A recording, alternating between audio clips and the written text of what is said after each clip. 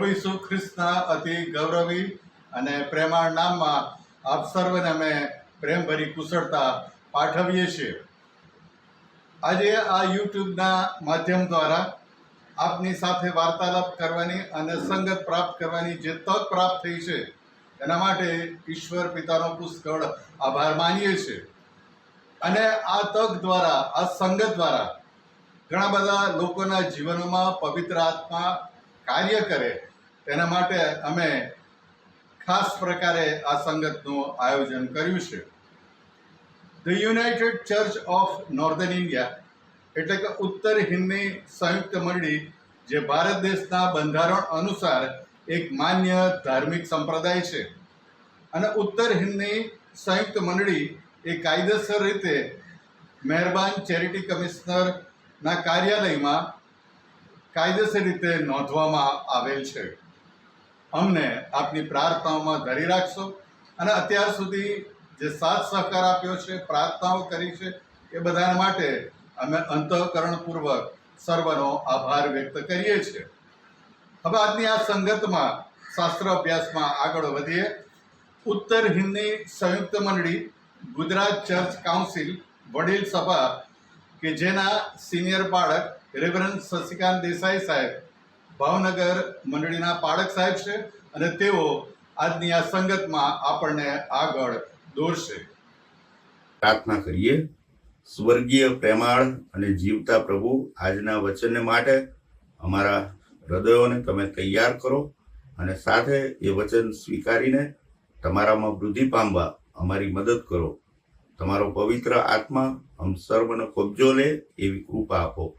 પ્રભુ ઈસુના નામે, આમીન. પ્રભુ ઈસુમાં વાલા ભાઈઓ અને બહેનો, આપ સૌને આજના દિવસની પ્રેમી સલામ.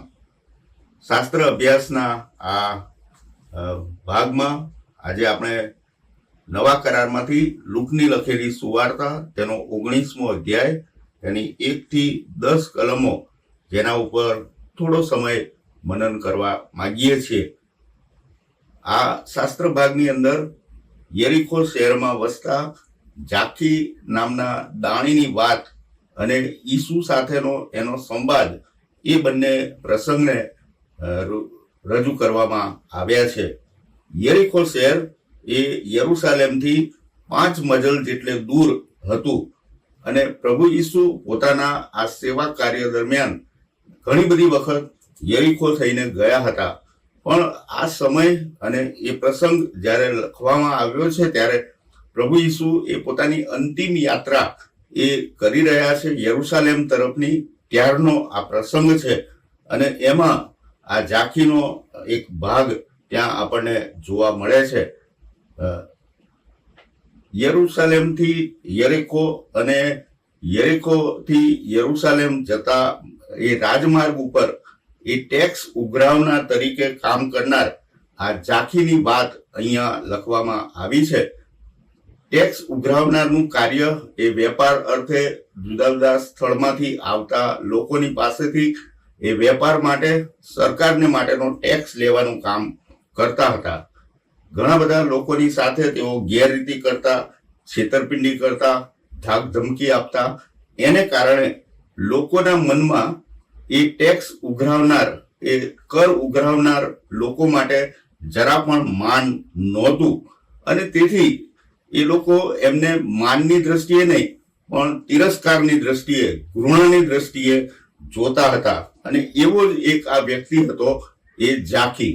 અને જાકીના સંદર્ભમાં ઘણી બધી વખત આપણે સાંભળ્યું છે, જોયું છે કે એ જાકીના પ્રસંગ દ્વારા પ્રભુ આપણને પોતાની પાસે બોલાવવાનો એક પ્રસંગ આપણી સામે રજૂ કરે છે. ઘણા લોકો એ મજબૂરીમાં ટેક્સ આપતા હતા, ઘણા લોકોની પાસે એ બળજબરી વસૂલ કરવામાં આવતો હતો. હવે વાત કરીએ આજના આ પ્રસંગને માટેની. એમાં આપણે પ્રભુ ઈસુની સંગતમાં આવતા જાકીમાં આવેલા પરિવર્તનની વાત આપણે જોવા માંગીએ છીએ.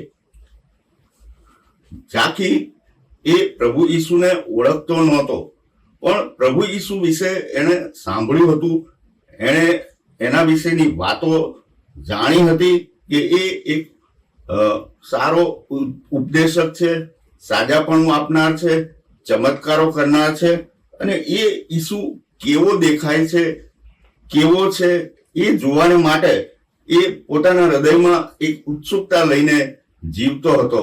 અને જ્યારે એને જાણવામાં આવ્યું કે ઈસુ આ જ માર્ગે થઈને યરુશાલેમ જઈ રહ્યો છે, ત્યારે એને જોવા માટે એ ખૂબ જ તત્પર બન્યો અને એ જોવાને માટે એ પોતે ઈસુની પાસે જવાની તૈયારી કરી. પણ એનું જે શારીરિક બંધારણ હતું એ હતું કે એ ઠીંગણો હતો. બીજા લોકો કરતા એની ઊંચાઈ ઓછી હતી, જેને કારણે એ ઈસુને નીચેથી જોઈ શકે એમ નહોતો. અને માટે એણે આગળ જતા માર્ગ ઉપર એક ગુલ્લર ઝાડ ઉપર ચડીને ત્યાં રહીને ઈસુના દર્શન કરવાનો લાવો એણે મેળવવાનો પ્રયત્ન કર્યો.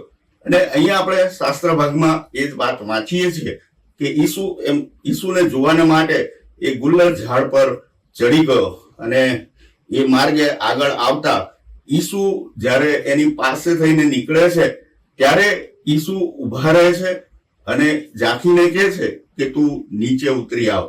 આ પ્રસંગમાં આપણે એ બાબત જોઈએ છે કે ઈસુને ઝાંખીમાં રસ હતો, કારણ કે ઝાંખીના હૃદયમાં શું ચાલતું હતું એ ઈસુ જાણતા હતા અને એ ઈચ્છતા હતા કે ઝાંખી એમના વિશે બધું જાણે. અને એટલે એમણે ઝાંખીને કહ્યું કે તું નીચે ઉતરી આવ. અને ઝાંખી નીચે ઉતરી આવ્યો અને આનંદથી એનો સત્કાર કર્યો, એનો આવકાર કર્યો. આ પ્રસંગ આપણને આટલા શબ્દોમાં બતાવવામાં આવ્યો છે, પણ જો એને બધું ઊંડાણથી જોઈએ તો જ્યારે ઈસુએ ઝાંખીને નીચે ઉતરવાનું કહ્યું, ત્યારે ઝાંખી ઝડપથી ઉતર્યો હશે, ઈસુની પાસે ગયો હશે, ઈસુને પૂછ્યું હશે કે પ્રભુ તમે મને કેવી રીતે ઓળખ્યો, અને કહ્યું કે મારે ઘેર આવો, મારી સાથે બેસો, મારી સાથે જમો. એ પ્રકારની એમની જે લાગણીઓ હતી ઝાંખીની એ એણે પ્રગટ કરી હશે એવું આપણે કલ્પના કરી શકીએ છીએ. અને જ્યારે ઈસુ એની પાસે આવ્યા અને એના ઘરે ઉતરવાની વાત કરી, ત્યારે એની આનંદની કોઈ સીમા નહીં રહી હોય, કારણ કે એ ઈચ્છતો હતો કે ઈસુ એની સાથે વાત કરે. પણ ઈસુએ તો એને પોતાને ઘેર આવવાનું આમંત્રણ એને મળ્યું હતું. અને એટલે અહીંયા આપણે ઈસુનો જે પ્રતિભાવ છે એ આપણે જોઈએ તો એ એની ઉત્સુકતાને પરિપૂર્ણ કરે છે. ઈસુ જ્યારે એની પાસે આવ્યા ત્યારે એના હૃદયમાં શું હતું એ એમણે જાણ્યું, અને માટે એણે કહ્યું કે હું તારે ઘેર ઉતારો કરવાનો છું, મેં તારે ઘેર પરોણો રહેવાનો છું. અને એ વાત એમણે ત્યાં આગળ કરી. ઘણા બધા લોકો પણ એમની સાથે હતા. તેઓએ અહીંયા આપણે વાંચીએ છીએ કે કચકચ કરી કહ્યું કે આ તો એક દાણીને ત્યાં, એક પાપીને ત્યાં જાય છે.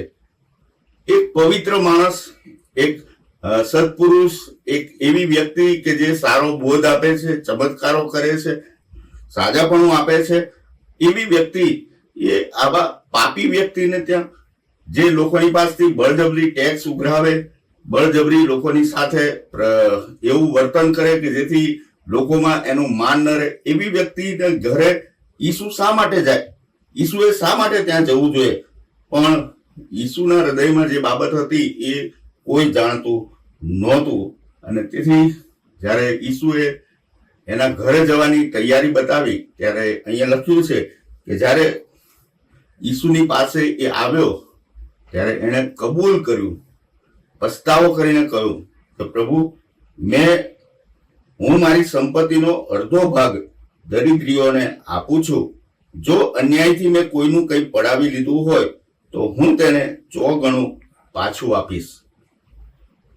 ઈસુની સંગતમાં આવતા જ, ઈસુની વાત સાંભળતા જ, ઈસુની સાથેનો સંવાદ થતા જ વ્યક્તિના જીવનમાં પરિવર્તન આવ્યું. અને ઝાંખી એ પોતાના જીવનમાં કરેલા અપરાધોને કબૂલ કરે છે, અને એ કબૂલાત એ જાહેર કરે છે અને કહે છે કે હું મારી સંપત્તિનો અડધો ભાગ દરિદ્રીઓને આપી દઈશ.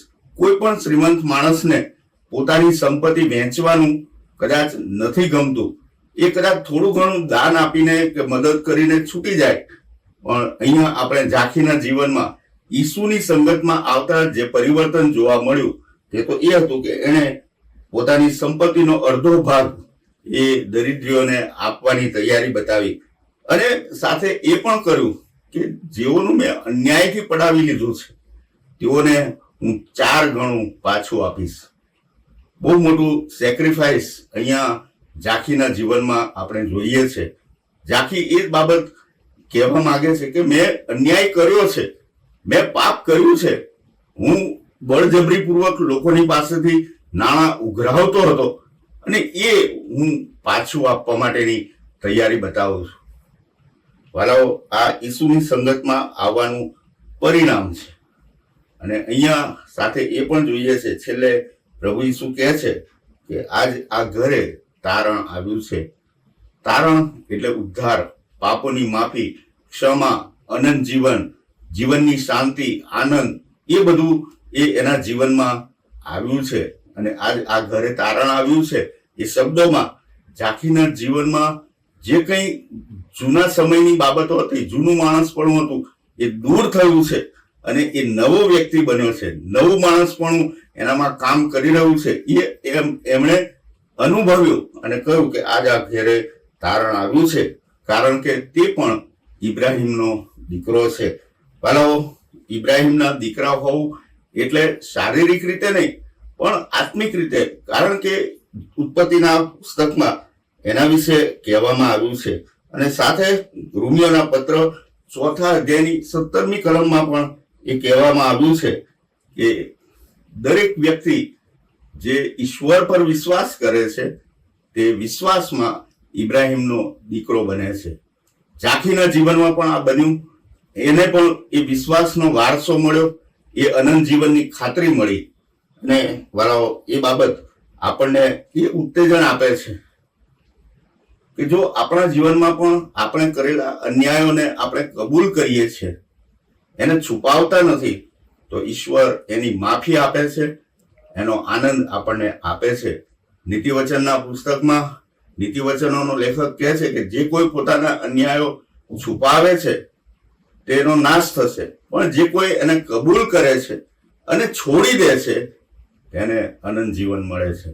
ને આજે આપણને આ શાસ્ત્ર અભ્યાસ એ શીખવે છે કે ઈશ્વર આપણને પ્રેમ કરે છે. આપણે ગમે તેવા હોઈએ, ગમે તે આપણે આપણું શારીરિક બંધારણ ગમે તેવું હોય, આપણી ક્ષમતા ગમે તે હોય, પણ ઈશ્વર આપણને પ્રેમ કરે છે. એ આપણને બચાવવા માંગે છે, એ આપણું તારણ કરવા માંગે છે, એ આપણને અનંત જીવન આપવા માંગે છે. અને એ આપવાને માટે ઝાંખીનો દાખલો એ આપણને ઉત્તેજન આપે છે કે જો ઈસુની પાસે જઈને આપણે આપણા પાપ કબૂલ કરીએ છીએ તો આપણા સર્વ અન્યાયો એ માફ કરે છે. યોહાનનો પહેલો પત્ર, એનો 1લો અધ્યાય ને 7મી અને 9મી કલમ એમ કહે છે કે જો આપણે આપણા પાપ કબૂલ કરીએ તો આપણને સર્વ અન્યાયથી શુદ્ધ કરવાને ઈશ્વર વિશ્વાસુ તથા ન્યાયી છે. અને એ પ્રભુ મને અને તમને પ્રેમ કરે છે. ઝાંખી દ્વારા એ આપણને શીખવે છે કે તેની સંગતમાં આવતા જ આપણામાં પરિવર્તન આવે છે. આજના સમયમાં આપણે એ પરિવર્તનને સ્વીકારતા નથી. કોઈક વ્યક્તિ પ્રભુ ઈસુ પર વિશ્વાસ કરે, તારણ પામે, તો કદાચ જૂની રૂઢિઓના માણસોને એ ગમતું નથી, કારણ કે એમના પાપ ખુલ્લા થાય છે. પણ પ્રભુ ઈસુ મને પ્રેમ કરે છે, મારો તારણ કરવાને માટે આવ્યો છે, કારણ કે અહીં લખ્યું છે કે ખોવાયેલું શોધવા તથા તારવા સારું માણસનો દીકરો આવ્યો છે. આપણને એ જ કામ સોંપવામાં આવ્યું છે. વિશ્વાસી વ્યક્તિ તરીકે આપણે પ્રભુ ઈસુ પર વિશ્વાસ કરીએ અને પ્રભુ ઈસુ જે રીતે ખોવાયેલાને શોધતા હતા તેમ આપણે પણ એવા ખોવાયેલા આત્માઓને શોધીને એમને પ્રભુની પાસે લાવીએ. ઈશ્વર આવું કરવાને માટે આપણ સર્વને તેની કૃપા આપો. આમીન. આવો આપણે વચનના પ્રકાશમાં પ્રાર્થનામાં જોડાઈએ. હે પ્રભુ, તમે અંતર્યામી ઈશ્વર છો. તમે અમારા પર પ્રેમ કરો છો. તમે ચાહો છો કે જગતના તમામ લોકો એ તારણ પામે, અનંત જીવન પામે, તમારી અનંતકાલિક સંગતમાં રહે. અને એ જ હેતુસર તમે આ પૃથ્વી પર આવ્યા હતા. તમારા એ ઉદ્ધારકારક વચનો અમને એની ખાતરી કરાવે છે. યરીખોમાં વસતા ઝાંખીના જીવનમાં તમે એ કાર્ય કર્યું. તમે એને સંગત આપી, એને હૂંફ આપી, અને પ્રભુ એના જીવનમાં પરિવર્તન આવ્યું.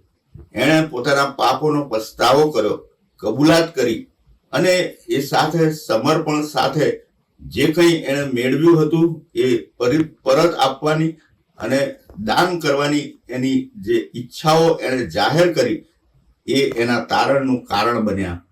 આ પ્રભુ, તમારું વચન કહે છે કે જો અમે અમારા પાપ કબૂલ કરીએ તો અમારા પાપ માફ કરવાને માટે ઈસુએ પોતાનું લોહી વેવડાવ્યું છે. પ્રભુ, એ વેવડાવેલા લોહીમાં અમારા પાપોની અમને ક્ષમા આપો. અમારા ઉદ્ધારને માટે જે અદ્ભુત કાર્ય તમે કર્યું છે, એ અદ્ભુત કાર્ય અમારા જીવનમાં વધુ કાર્યશીલ બને અને અમારું પરિવર્તન લોકોના જાણવામાં આવે, એ માટે અમારી સહાય કરો. આ અમારી પ્રાર્થના અમારા મુક્તિદાતા પ્રભુ ઈસુ ખ્રિસ્તના નામમાં છે, માટે સાંભળો, અમારો સ્વીકાર કરો. આમીન. ઓ આકાશમાં અમારા બાપ, તમારું નામ પવિત્ર બનાવો, તમારું રાજ્ય આવો. જેમ આકાશમાં તેમ પૃથ્વી પર તમારી ઈચ્છા પૂરી થાવ. દિવસની અમારી રોટલી આજ અમને આપો. જેમ અમે અમારા ઋણીઓને માફ કર્યા છે, તેમ તમે અમારા ઋણો અમને માફ કરો. અમને પરીક્ષણમાં ન લાવો, પણ બુરાઈથી અમારો છૂટકો કરો. કેમ કે રાજ્ય તથા પરાક્રમ તથા મહિમા સર્વકાળ સુધી તમારા જ છે. આમીન. હવે આપણા તારનાર પ્રભુ ઈસુ ખ્રિસ્તની કૃપા, ઈશ્વર પિતાનો પ્રેમ અને પ્રભુ પવિત્ર આત્માની સંગત આપણી સાથે અને પ્રભુના સર્વ લોકોની સાથે હમણાં અને હંમેશા હો. આમીન.